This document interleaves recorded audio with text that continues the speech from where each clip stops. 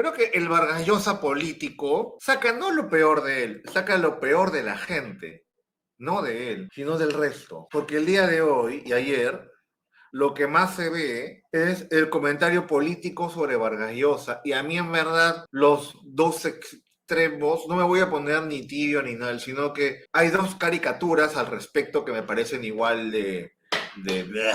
Primero, lo que me parecen predecibles sin matices, y aquello que es predecible sin matiz no merece ningún tipo de tiempo ni respeto. La primera es esta que dice, no, Vargas Llosa se murió, y qué bien, y ese no es mi muerto, entonces yo no lo lloro, que lo llore la derecha, y qué bien, y no olvidemos que apoyó Keiko, y ya sabemos, huevón.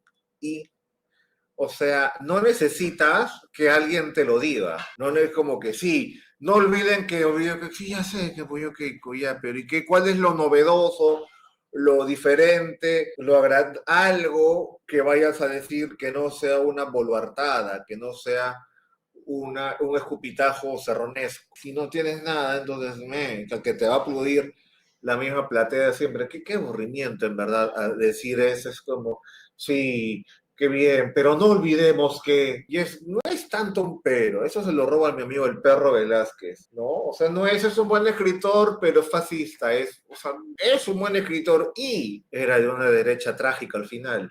No son contradictorios. Borges era fascistoide y es un gran escritor, no espero, es y, no espero. Borges era un gran escritor y era políticamente un hijo de puta, pero sigue siendo genial. Eso no son contradictorios, al contrario. No, sino qué cosas como, qué aburrido, sino, qué aburrida sería si no la vida, ¿no? Y el otro extremo es el extremo caterianesco, ¿no? El extremo de se me murió mi líder, me he quedado sin papá, ahora que no está Vargas Llosa, ¿de quién viviré? Porque hay gente de derecha que vive o vivía de lo que agarraba de Vargas Llosa. Cateriano vivía de Vargas Llosa, o sea, no vivía, pero como que le rentaba cosas a Vargas Llosa, hacía lo que podía.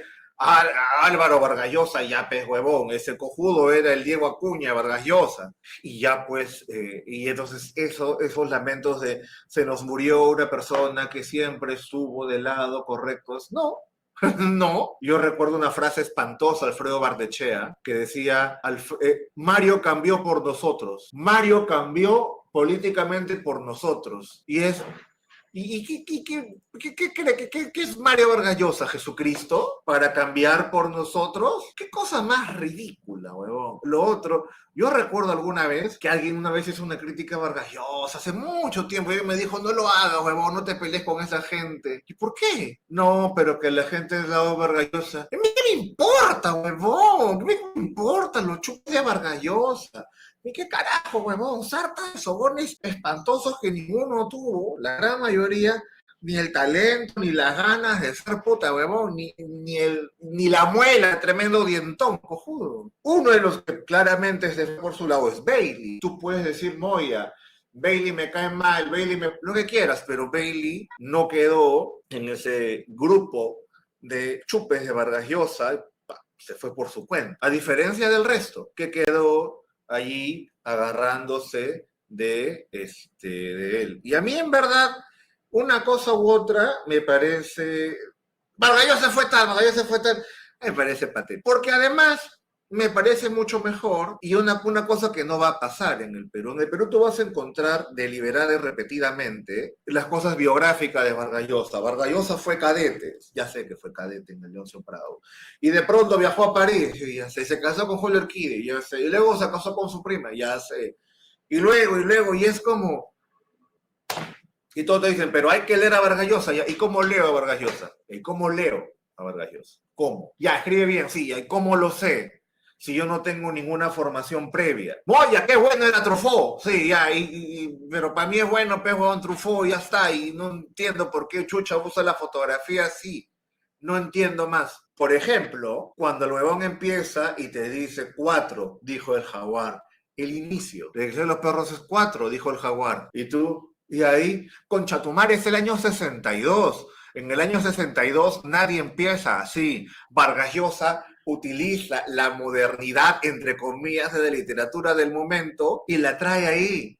Nadie, casi nadie en el Perú empieza así. Osvaldo Reynoso tiene mucho de esto en Los Inocentes. Sí, pero la gente no escribía así en el Perú en los 60. La gente en el Perú hasta ahora escribe horrible, escribe adocenado, escribe polisilábicamente, escribe, ¿no? Así, huevón, puta, llenos de... Ah, y entonces el señor Jaguar que andaba, ¿no? Con las caras oscuras por la luz tenue que llegaba de las ventanas, lanzó los dados y dijo 4. 4, dijo el Jaguar. ¡Pum! ¡Mierda! En retrospectiva, si tú lo miras, dices, huevón, este huevón es una cosa diferente. Diferente, uno. Pero dos, hay una complejidad técnica en el Vargas Llosa de los inicios. El final ya no tiene esa complejidad técnica. El de Deseo de los Perros, el de La Casa Verde, el de Conversación en la Catedral. Y a mí me gustan algunas novelas posteriores. Pantaleón no lo he leído. La tía Julia, a mí me encanta la tía Julia, el escribidor, huevón. La tía Julia, el escribidor, me encanta. A mí me encanta. Sí, hay una formalidad, pero que Vargas Llosa maneja en eso la oralidad muy bien, porque también hay una oralidad a la hora que tiene, la manera coloquial de hablar de la gente. Hay una formalidad a la hora de escribir, pero a la hora de hablar sí hay una coloquialidad. Y cuando llega, estamos hablando de la tía Julia, que es 7-7, que es una gran novela, weón. Pedro Camacho, el puta más, la estructura de la tía Julia es más o menos, son 20 capítulos de 20 páginas cada uno, los capítulos pares una historia, los impares otra, que son en realidad las radionovelas de Pedro Camacho, y es una historia ficcionalizada de sus propias vivencias con la tía Julia, lo cual después tú ves que tiene mucha similitud con ¿qué? Con Conversación en la Catedral, y después cuando ves en El pez en el agua te das cuenta que es su vida. Vargas Llosa repite una y otra vez el mismo personaje. Si tú conoces la biografía de Vargas Llosa, entiendes la primera gran parte de su producción literaria, explota su juventud y su infancia, y está bien, es normal, está perfecto. Sí, siempre y cuando tengas una infancia y una infancia y una juventud interesante. Si es aburrida, ¿qué vas a escribir? Hola, Marcos y Fuentes. Hola, mi papá me quería y os animo socialmente. Qué aburrido. No, mi mamá no me quería y me dejaba con el perro y el perro encima tenía caracha. Ahí hay una historia. ¿Te das cuenta? Cuando eres feliz no hay, pues. Qué aburrida la historia. Ahora bien, 8-1 publica La Guerra del Fin del Mundo.